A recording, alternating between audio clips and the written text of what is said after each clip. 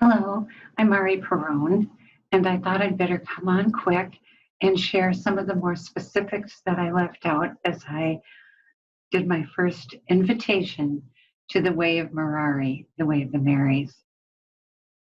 I don't know that I mentioned that the Way of Mary first came to us in the dialogues of A Course of Love. How could I have forgotten that? So many of us have known of the Way of Mary for quite some time, and it's really an incarnational way. That's the story of the birth. It's the incarnation of our humanity and our divinity combined, which is really what it's always been. It's like this is what we haven't seen, but now we have new eyes. We have new eyes to see what is actual, what is being revealed, and what is here. Writing in the way that I did with A Course of Love is different from my other writing because I'm a creative writer as well as a receiver. And one of the differences is that I don't have to think when I'm receiving. And with A Course of Love, it was completely that way. It would just come into me.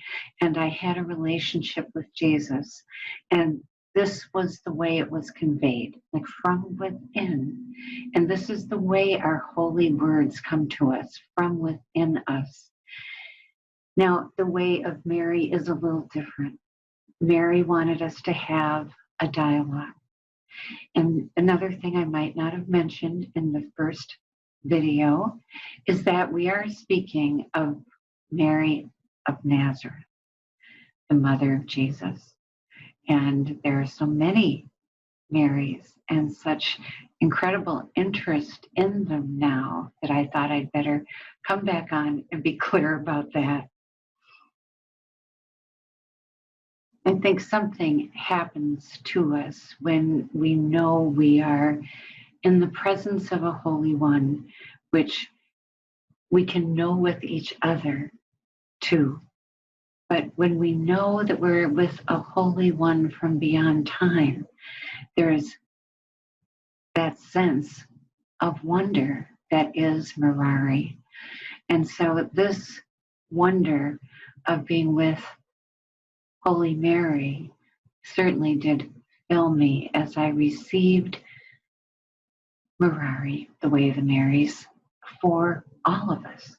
This is a gift that comes through me to everyone, and it is particular to each of us. Each of us are going to take it in our own way. That's the beauty of all this. No two of us the same. And so every one of us is going to receive our own message. And it's going to be a message between us and the one who gives it.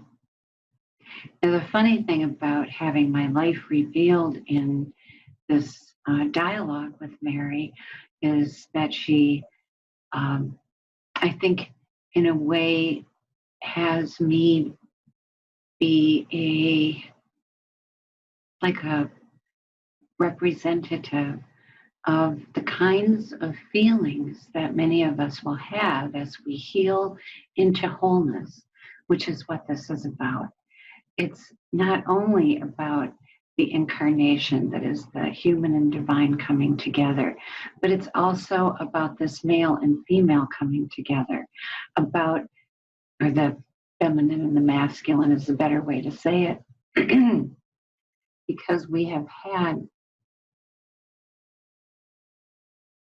since the beginning of time, a hierarchy. We've had a hierarchy. We have had the males on top, leading the way, doing the organizing, making everything work, and the women sort of a step lower. And I don't know if I'm saying that right, but it really is the way of time. As you think of how recently women gained the rights to vote, how recently there was a Civil Rights Act in the United States, and how women are still treated in many places of the world. Yes, we have some women leaders now, but we are still working within the system that was built by the male dominators. And I don't know that that's really disputable. I mean, we might be grateful also. Certainly, we can be grateful also for the order within chaos that has come of the organizing efforts, of the structuring efforts of the time that has passed.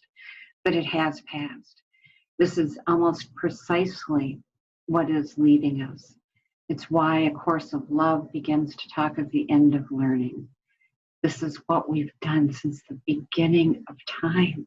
And we began to learn not from our environment as much as we learned from what had already been learned.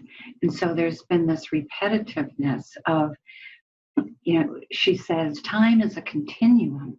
And of course, it is a continuum. And so each generation follows, and there are little steps and little steps. But we really need to make a leap now. We need to make this leap for Mother Earth. We need to make this leap for us, for all the people who are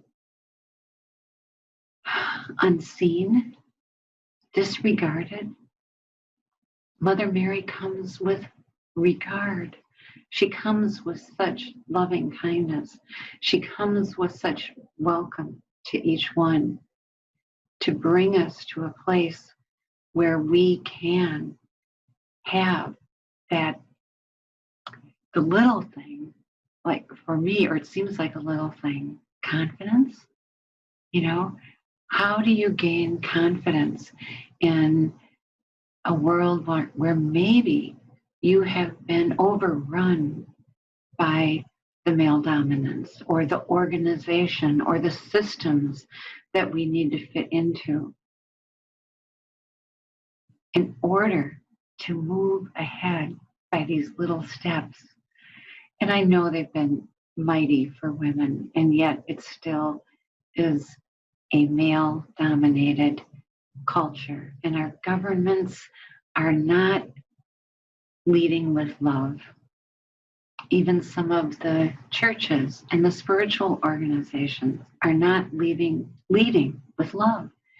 And we're depending an awfully lot on what was known before. And then there come to be right answers, and so everyone needs to think the same. And so this is what is being thrown out with the Course of Love. It's the end of the right answer. It's the end of having to study and everyone agreeing that this means this. We are exercising our free will.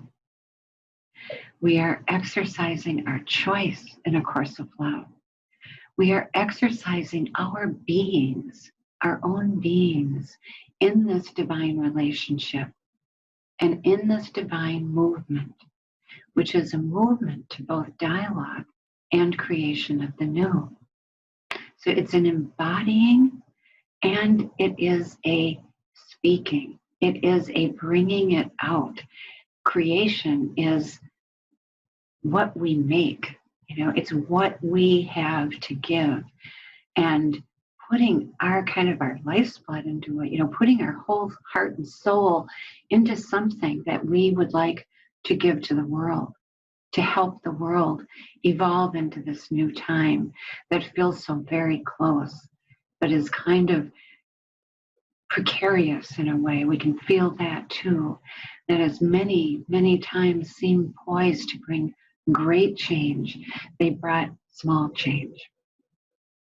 And what we have now, a big part of the Way of Mary and Mirari, which was also a big part, maybe not as seen and spoken of in A Course of Love, but it has to do with time.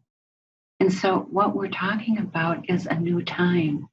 And I have actually felt this, the swirls of time and eternity coming together. There is a movement here where a new time is actually being brought in. It's like you can almost feel it, like a wisp of wind. I have actually felt it as this swirl. And I don't know if some of you who know me, all during A Course of Love, I had this rock, and my rock has turned into a swirl. It's like, so there are these swirling winds of change that are here and that are on the move. And I mean, this time has been predicted as the time of the second coming. That's a birth. All that is a birth. It's the birth of the divine, again, here in form, of our acknowledgement of that. We've always been divine, but we don't acknowledge it. And that's the kind of the lingering sadness, I think, from Jesus's life, is that his life and death changed the world, but we didn't realize it. So we are to complete this. We are to complete this realization that this is the time that we accept the incredible gift that Jesus brought to us, that changed the world. And we accept it by seeing it and making it our reality and living it. And that's the bringing of eternity into time. That's the combining of heaven and earth. And it's also the combining of the masculine and feminine into this wholeness that is so needed, and needed without the loss of distinction. Our beautiful humanity, our beautiful and individual stories are not discounted, just like the story of Mary and the story of Jesus and Peter and Paul and Judas. These stories have something to tell us still, and our life stories also have a way of showing us and each other who we are in relationship. In relationship, we form that holy two that is very much like time and eternity coming together. It's the birth of us without any loss of who we are. It is each of us being true to who we are. That is the way of the new, and the way the new time is going to come into being here in this decade of the 2020s.